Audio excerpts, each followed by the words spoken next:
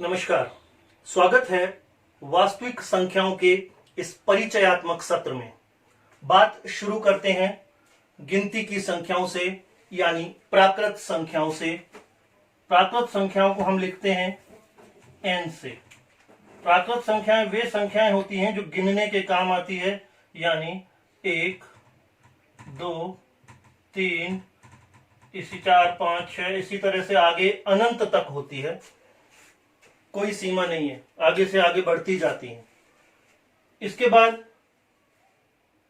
ये तो वो संख्याएं हैं जो गिनने के काम आती हैं, इन्हें कहते हैं हम प्राकृत संख्याएं या n से डिनोट करते हैं, अंग्रेजी में कहते हैं नेचुरल नंबर्स।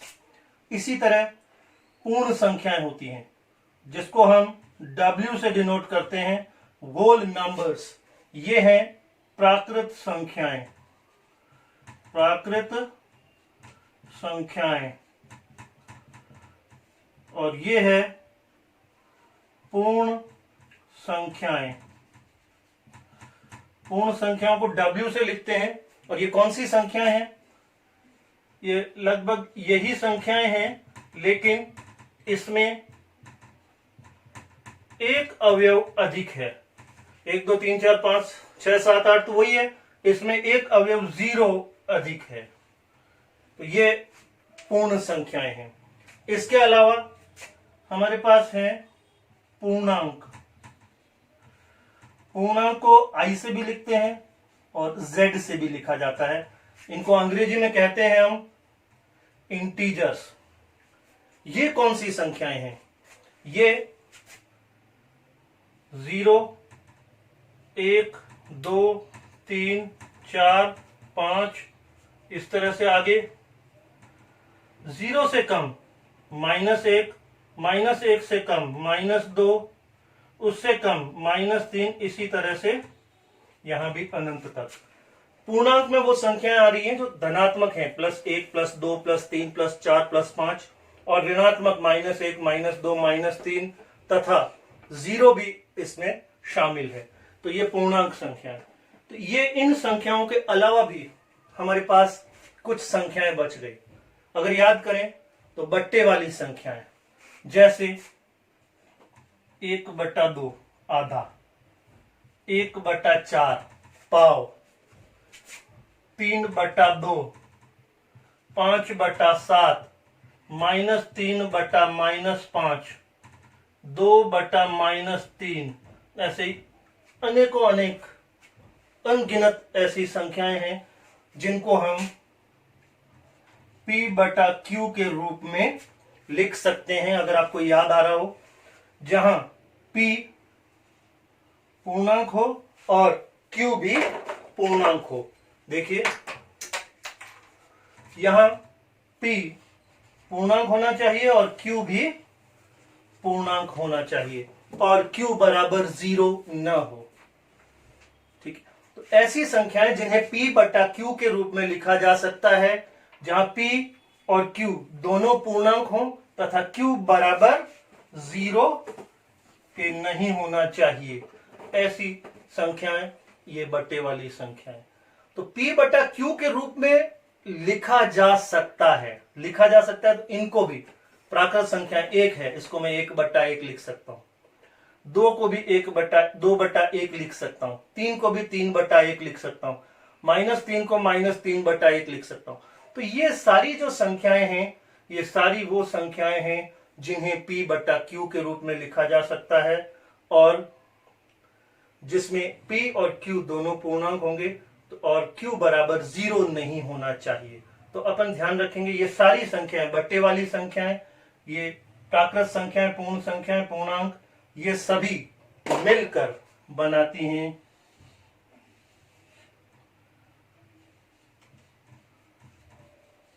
परिमेय संख्याएं। ये सभी मिलकर बनाती हैं परिमेय संख्याएं, जिसको हम लिखते हैं q से। तो परिमेय संख्याएं वे संख्याएं होती हैं जिन्हें p/q के रूप में लिखा जा सकता है, जहां p और q दोनों पूर्णांक हों तथा q बराबर 0 न हो। तो ये सारी परिमेय संख्याएं हैं। इसी तरह से एक और प्रकार की संख्याएं होती हैं अपरिमेय संख्याएं। अपरिमेय संख्याएं, अपरिमेय संख्या। अपरिमेय संख्याएं कौन सी संख्याएं हैं? अगर परिभाषा देना चाहें तो वे संख्याएं जो परिमेय नहीं है वे अपरिमेय संख्याएं हैं। ऐसी संख्याएं जो परिमेय संख्याएं नहीं है वे अपरिमेय संख्याएं हैं। तो इनका कुछ उदाहरण देख लेते हैं, जैसे वर्गमूल 2, वर्गमूल 3, वर्गमूल 5, वर्गमूल 7, इसी तरह से आगे खूब सारे होंगे। वर्गमूल 5, वर्गमूल 7, वर्गमूल 11, वर्गमूल 13, वर्गमूल 17 आदि, आगे खूब सारे। अब अगर इसको आप ध्यान से देखें तो मैंने बीच में वर्गमूल 4 को छोड़ दिया है। वर्गमूल 4 को क्यों छोड़ा? क्योंकि 4 का वर्गमूल 2 होता है और 2 को हम 2/1 के रूप में लिख सकते हैं, इसलिए वर्गमूल 4 को छोड़ दिया गया।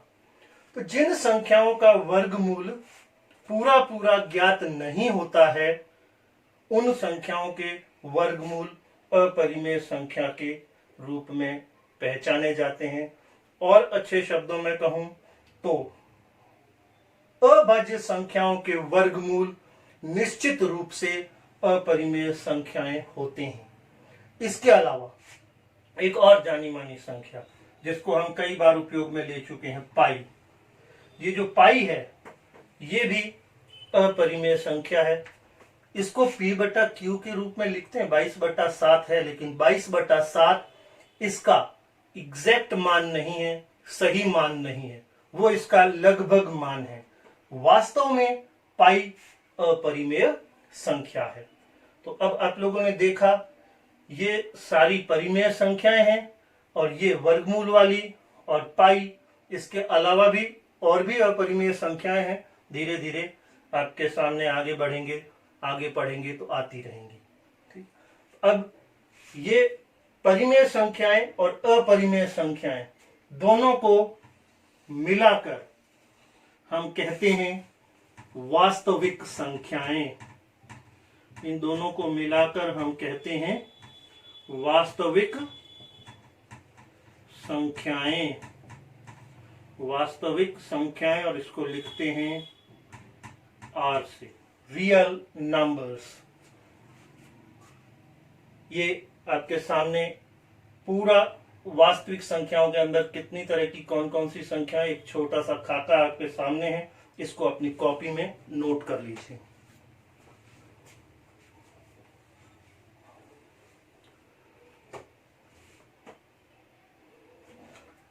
जिन्होंने लिख लिया अच्छी बात है, नहीं तो वीडियो पॉज करके लिख लें, फिर आगे चलते हैं अभी हम।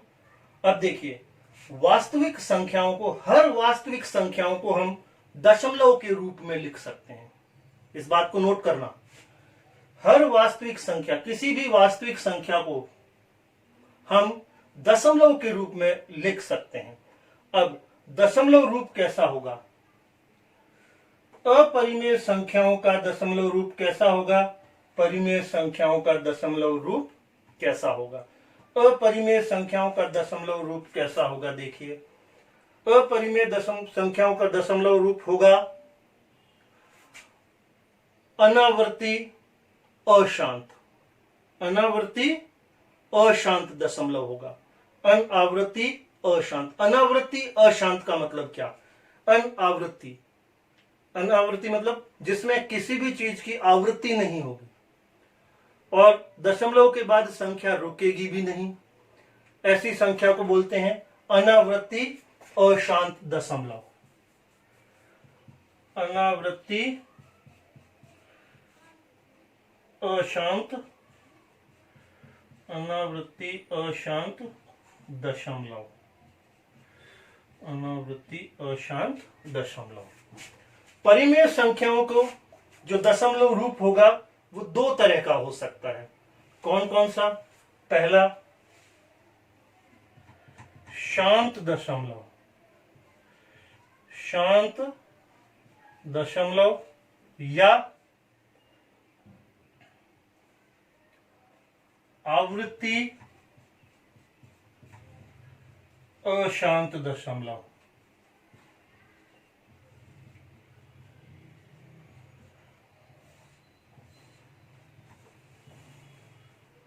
देखिए, अब ध्यान से देखिएगा, परिमेय संख्याओं के दो रूप दिए हैं मैंने और दोनों को अंडरलाइन किया है। शांत दशमलव का मतलब क्या है?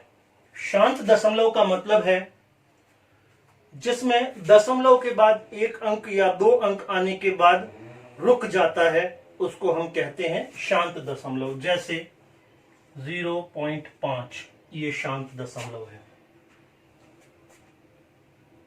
5.23 दो अंक आए उसके बाद रुक गया, ये कहलाते हैं शांत दशमलव रूप। ये वाले सारे हैं ये शांत दशमलव।